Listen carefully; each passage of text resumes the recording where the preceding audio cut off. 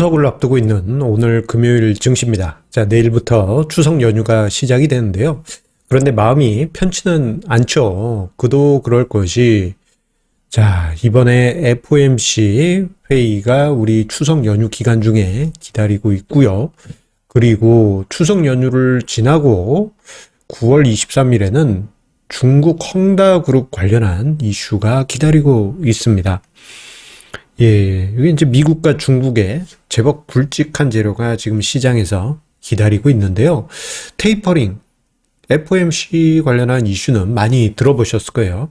그런데 요즘 갑자기 급부상하고 있는 게 헝다그룹 이슈인데, 이 두 가지 모두 시장의 잠재적인 부담으로 계속 등장하고 있습니다. 자, 그러다 보니 연휴에 이거 마음 편하게 쉬지 못하는 거 아닌가?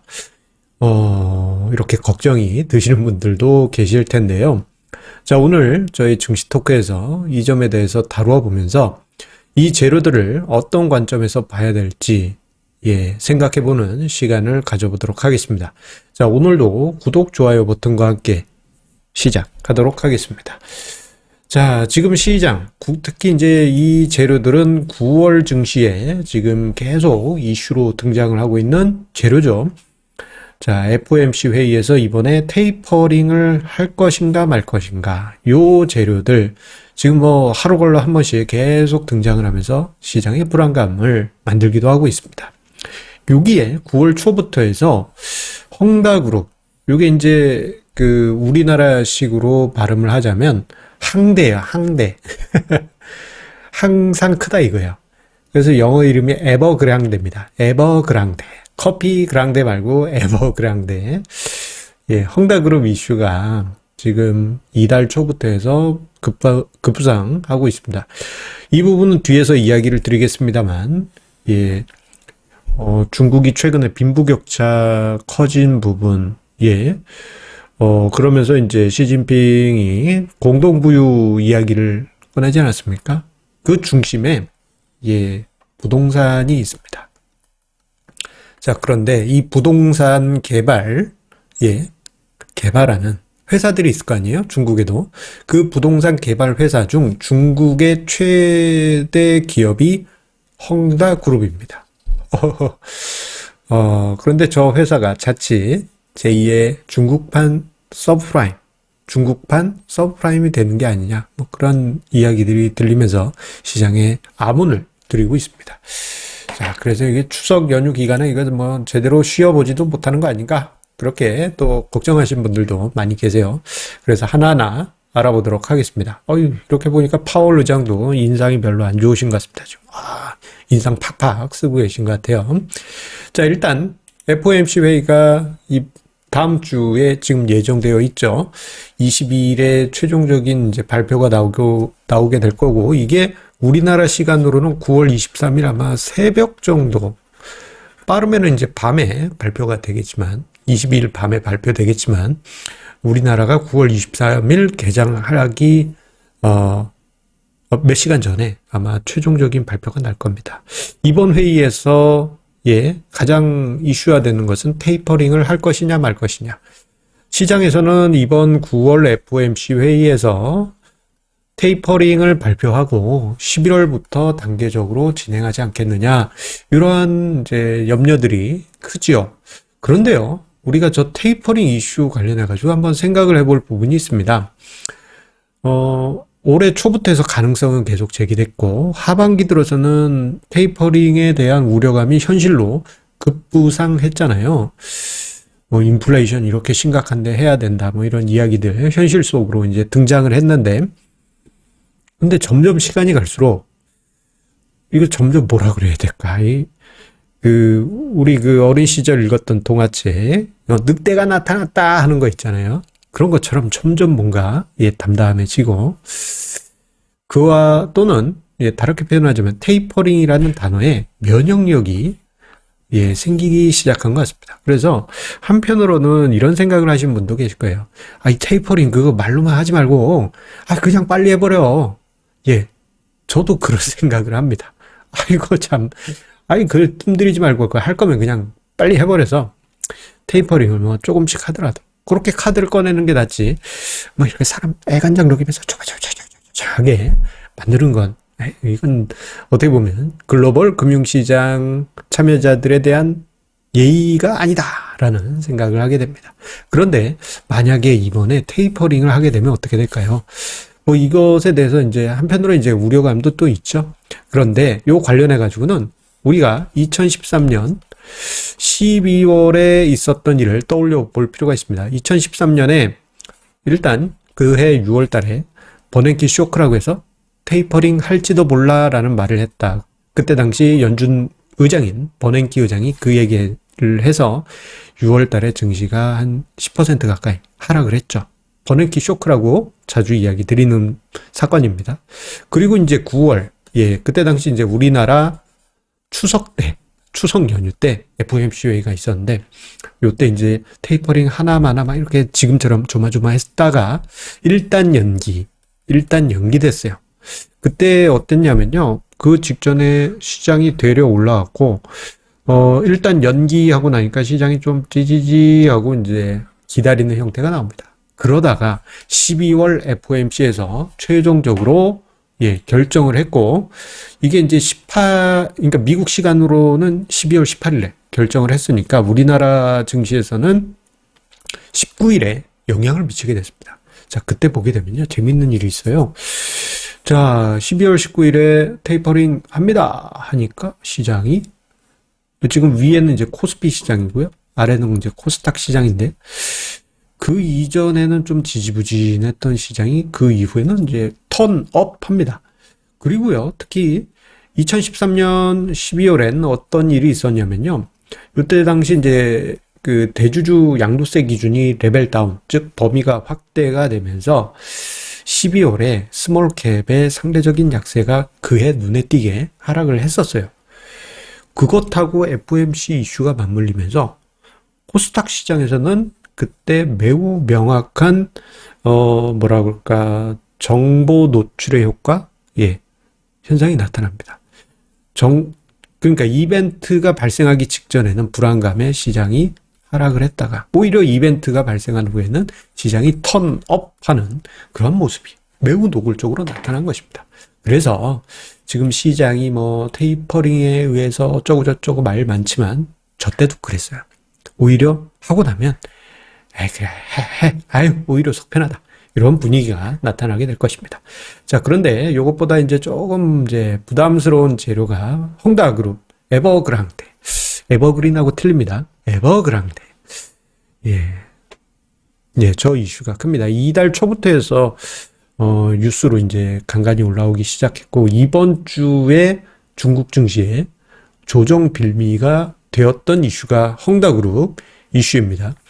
저 이슈의 이면에는 중국 부동산 버블이 가장 큰 이유였어요. 뭐 전 세계적으로 부동산 가격이 크게 치솟은 것도 있지만 중국은 더 미쳤습니다. 특히 우리나라도 그렇지만 중국 사람들도 이 부동산에 대한 열정, 좋게 이야기하면 열정, 나쁘게 이야기하면 투기적 본능, 이거 어마어마합니다.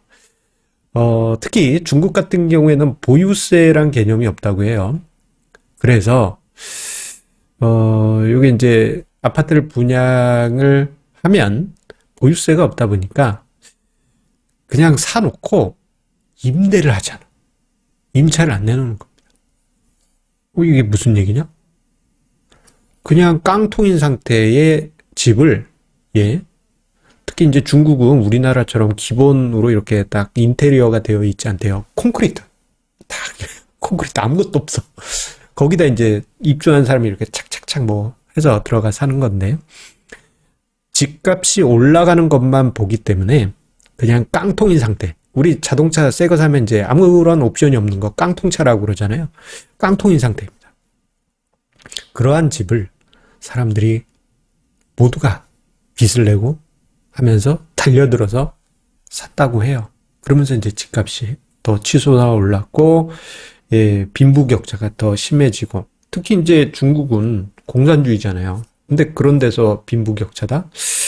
자, 그러다 보니 자, 공동부유 정책의 제1 타겟이 된 것이 바로 이제 부동산 시장이었습니다. 자, 그 결과, 예, 헝다그룹, 중국의 부동산 개발 1위 업체죠. 자, 이 헝다그룹이 타격을 입게 되는데, 이 헝다그룹이 가진 부채가 355조 원, 우리나라 돈으로 355조 원에 이른다고 합니다. 와, 진짜 엄청나다. 부채 비율이 한 4,500% 된다고 해요. 그리고 이제 이 부채 중에 대부분은 이제 분양을 하면서 선수금 받은 거. 우리나라처럼. 그래서 요즘 나오는 뉴스들 보면 이제 중국 사람들이 내가 헝다그룹에 이렇게 투자했는데 주식을 투자한 사람일 수도 있겠고 혹은 어떤 아파트 이런 걸 투자한 사람들일 수도 있겠죠. 막 엉엉 울고 하는 그 영상들도 뉴스들도 있더라고요. 그런데 이 부채에서 만들어지는 이자 중에 9월 23일분 8,350만 달러가 9월 23일에 도래하는데 요거를 갚지 못할 수도 있다라는 글로벌 금융기관의 분석이 나오고 있습니다. 이게 디폴트죠. 이자만 못 내도 디폴트입니다. 그래서 저게 이제 제2의 서브프라임, 중국판 서브프라임이 되는 게 아니냐, 그러한 우려감이 지금 시장에 올라오는 게 사실이에요. 그런데요, 이게 정말 불안한 재료인가? 이게 어떻게 보면 이제 블랙스완급은 아니지만 회색 코뿔소는 맞는 것 같습니다. 회색 코뿔소라고 하는 것은 저기 뻔히 보여요. 악재예요. 근데 우리가 눈으로 보고 있기 때문에 두려워하지 않다가 어느 날 갑자기 확 들이닥칠 수는 있어요. 대신에 이제 우리는 예를 볼 수 있죠. 블랙스완은 갑자기 찾아오는 거고, 회색 코뿔소는 계속 존재하는 눈에 보이는 그러한 악재를 의미합니다. 자, 헝다그룹 이슈는 회색 코뿔소로서의 악재 이슈인 것은 맞긴 해요. 그런데 요즘 돌아가는 정황을 보게 되면 지금 화면상의 쉬보 금리, 예, 중국 본토의 상하이 쪽에 이제 단기 금리 추이를 보여주고 있는데, 만약에 이제 저 헝다그룹 이슈로 인해서 중국 본토에 불안감이 형성됐다면 이렇게 올랐어야 될 겁니다. 예. one night, 예, ON, one week, 예, two week, 다, 좀 높은 편이긴 하지만, 그렇게 막, 우와! 하고 막 그 정도는 아니에요. 예전에 좀 2010년대 중반이었나? 그때 어떤 이슈가 있었어요. 저때 좀 금융시장이 불안하니까 10%대까지도 올라가기도 했었습니다만 지금은 좀 조용한 편이죠. 자, 그리고요. 자, 오늘 낮에 나온 뉴스인데 이제 중국인민은행에서 139억 달러를 금융시장에 인젝트 쭉 투입했다라는 그러한 뉴스가 등장하기도 했습니다. 이제 9월 23일이니까 그 전에 좀 예방적 조치를 중국인민은행에서 한 것 같습니다. 나쁜 것은 아니죠. 예. 자, 그렇다 하더라도 이 재료는 계속 예의주시할 겁니다. 왜냐하면 이거 회색 코뿔소는 어느 날 갑자기 확 돌변해가지고 우리에게 달려들 수가 있거든요. 자, 그런데 저게 만약에 우리 추석 연휴 기간 또는 다가오는 근시일 내에 악재로 부상하면은 서브프라임 때처럼 큰 충격을 줄 것이냐, 이 부분에 대해서는 이자를 좀 볼 필요가 있다고 생각합니다. 이거는 지금 국가별 우리나라 주식 상장 보유 현황인데요. 이제 국적별로 이제 통계가 나와 있는 겁니다. 자, 미국인 투자자, 아메리칸 같은 경우에는 40% 이상 가지고 계세요. 자, 이게 이제 2008년 금융위기 때도 엄청난 비중이 있었기 때문에, 자, 미국 본토에서 금융 문제 터지니까 당연히 그냥 팰 수밖에 없죠. 그래서 한국 증시가 추풍 낙엽처럼 추락한 것이고, 자, 이번에 코로나 사태 때도 마찬가지로 비슷한 현상이 나타난 것입니다. 자, 그러면 만약에 이 에버그란데 이슈, 헝다그룹 이슈로 해서 금융 불안이 생기면, 그래서 중국 쪽에 문제가 생겨서 중국 투자자들이 돈을 회수하면 큰 충격이 있을 것인가?